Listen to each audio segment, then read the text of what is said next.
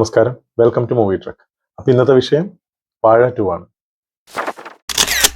അങ്ങനെ വാഴ 2 കണ്ട് ത്രില്ലടിച്ച് വന്നിരിക്കുകയാണ്. അടിപൊളി പടമാണ്. ഒരു രക്ഷയില്ലാത്ത എക്സ്പീരിയൻസ് ആയിരുന്നു.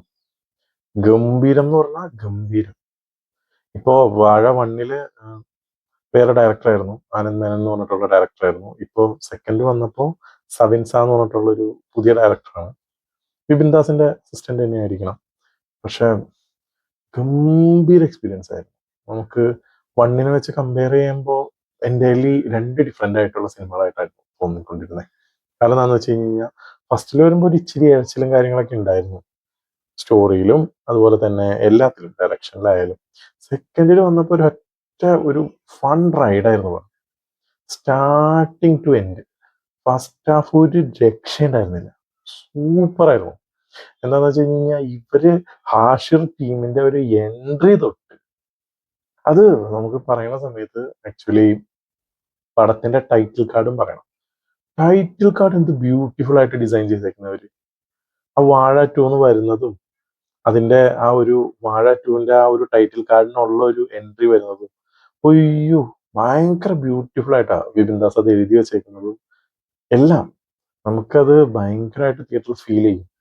ഫസ്റ്റ് ഹാഫില് ഇവര് കാണിച്ചു കൂട്ടുന്ന കുറേ കാര്യങ്ങൾ ശരിക്കും നമ്മൾ പഴയ നമ്മുടെ സ്കൂൾ കാലത്തിലേക്കൊക്കെ പോകും.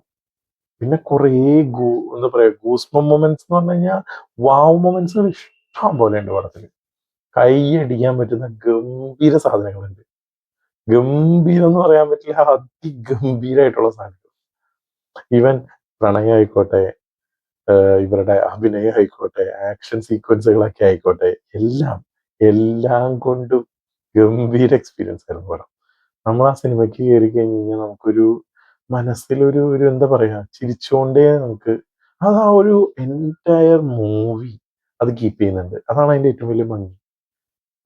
ഞെട്ടി ശരിക്കും ഞെട്ടിപ്പോയി. വാഴ 1 കണ്ടതുകൊണ്ട് തന്നെ എനിക്ക് ചെറിയൊരു ഡൗട്ട് ഉണ്ടായിരുന്നു, എന്താവും ഇവരെ കൊണ്ട് എന്താക്കും. പക്ഷേ ഇതൊന്നും നമ്മുടെ ഏശുന്നില്ല. ഒരു എൻറ്റയർലി ഒരു പുതിയ പടം കാണാൻ പോകുന്ന ഫീലാണ്. ഇവന്മാര് ഹാഷിറും ടീമൊക്കെ, ഹാഷിറും അലനും, എന്റെ പൊന്നോ, ഇവന്മാര് ഒരു രക്ഷയുണ്ടായിരുന്നില്ല. ഹാഷിറും അലനും അജിനും വിനായകും പിന്നെ എന്താ പറയാ ഇവരുടെ അച്ഛന്മാരൊക്കെ ആയിട്ട് തന്നെ രണ്ടുപേരായിട്ടാണ് മെയിൻ, സുധീഷും പിന്നെ നമ്മുടെ ബിജുക്കുട്ടനും.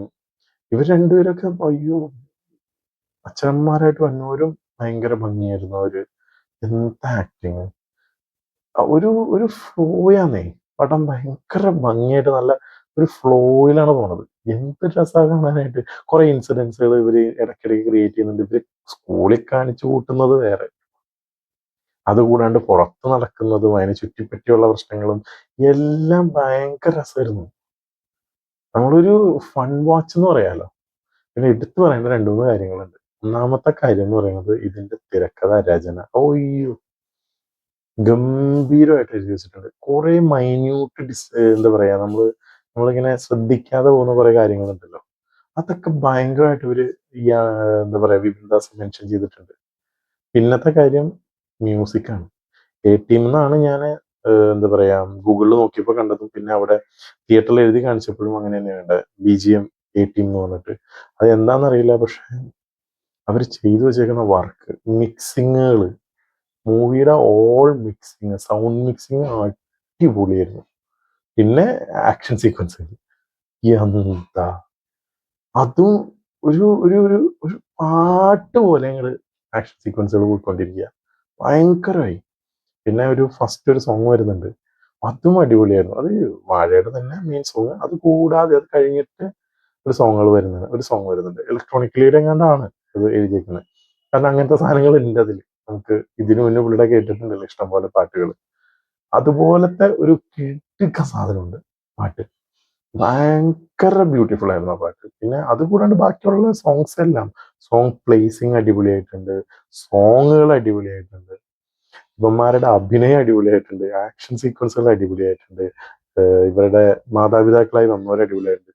സ്കൂൾ മാഷുമാര് അയ്യോ, അജു അടിപൊളി, ഗംഭീരമായിരുന്നു.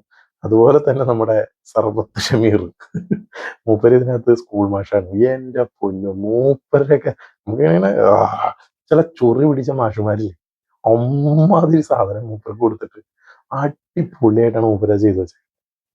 അയ്യോ ഗംഭീരമായിരുന്നു. ഇതൊക്കെ ഗംഭീരമായിട്ട് പുള്ളി ചെയ്തിട്ടുണ്ട്.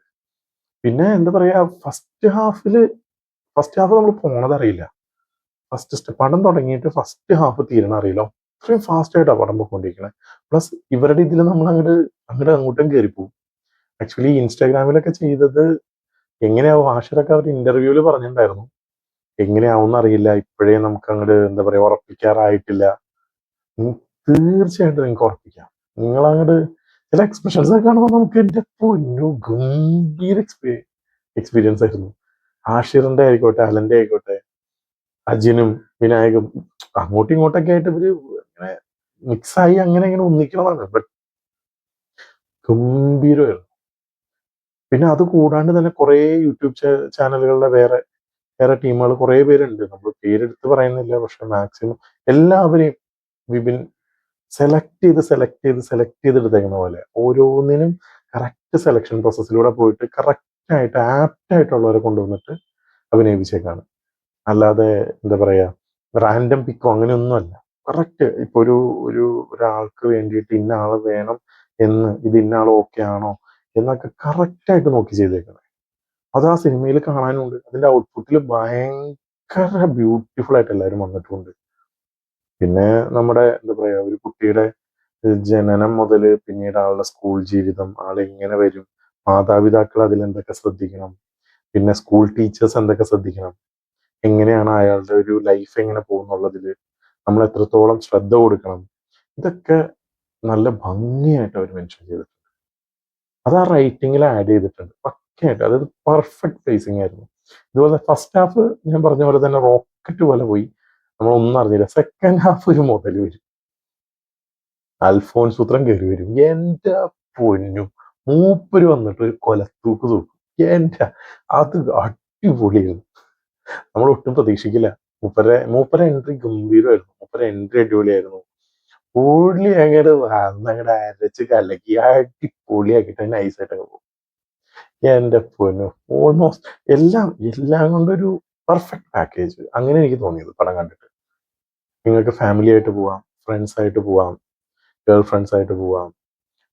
നമുക്ക് എന്താ പറയാ ഫുൾ ഒരു ഫൺ റൈഡായിട്ട് എൻജോയ് ചെയ്യാൻ പറ്റുന്ന ഒരു പടം. അതിൽ കൂടുതലൊന്നും പറയാനില്ല. ഒരു പെർഫെക്റ്റ് പാക്കേജാ. ഫാമിലി ആയിട്ട് പോയി കഴിഞ്ഞാൽ എല്ലാവർക്കും എൻജോയ് ചെയ്യാം. എല്ലാവർക്കും പറ്റിയൊരു പടം. അപ്പൊ ധൈര്യമായിട്ട് നിങ്ങൾ പോവുക, പടം കാണുക, എക്സ്പീരിയൻസ് ചെയ്യുക. ഗംഭീര എക്സ്പീരിയൻസ് ആയിരിക്കും. ഒരു കുറവും പറയാനില്ല. അത്രയും നന്നായിട്ട് ആ പടം എടുത്തു വെച്ചിട്ടുണ്ട്. അത്രയും ബ്യൂട്ടിഫുൾ വർക്കായിട്ട് എനിക്ക് തോന്നിയിട്ടുള്ളത്. നമുക്ക് ഒരു വട്ടം കൂടി കാണാനുണ്ടോന്ന് വെച്ചിട്ടുണ്ട്. സെക്കൻഡ് ടൈം കൂടി പടം കാണാനുള്ളതുണ്ട്. നല്ല രസമായിട്ട് അവർ എടുത്തു വെച്ചിട്ടുണ്ട്. എന്തായാലും തീർച്ചയായിട്ടും നിങ്ങൾ തിയേറ്ററിൽ പോയി കാണുക. നല്ലൊരു എക്സ്പീരിയൻസ് ആയിരിക്കും. അപ്പോൾ ഇതാണ് വാഴ 2നെ കുറിച്ചുള്ള എൻ്റെ റിവ്യൂ.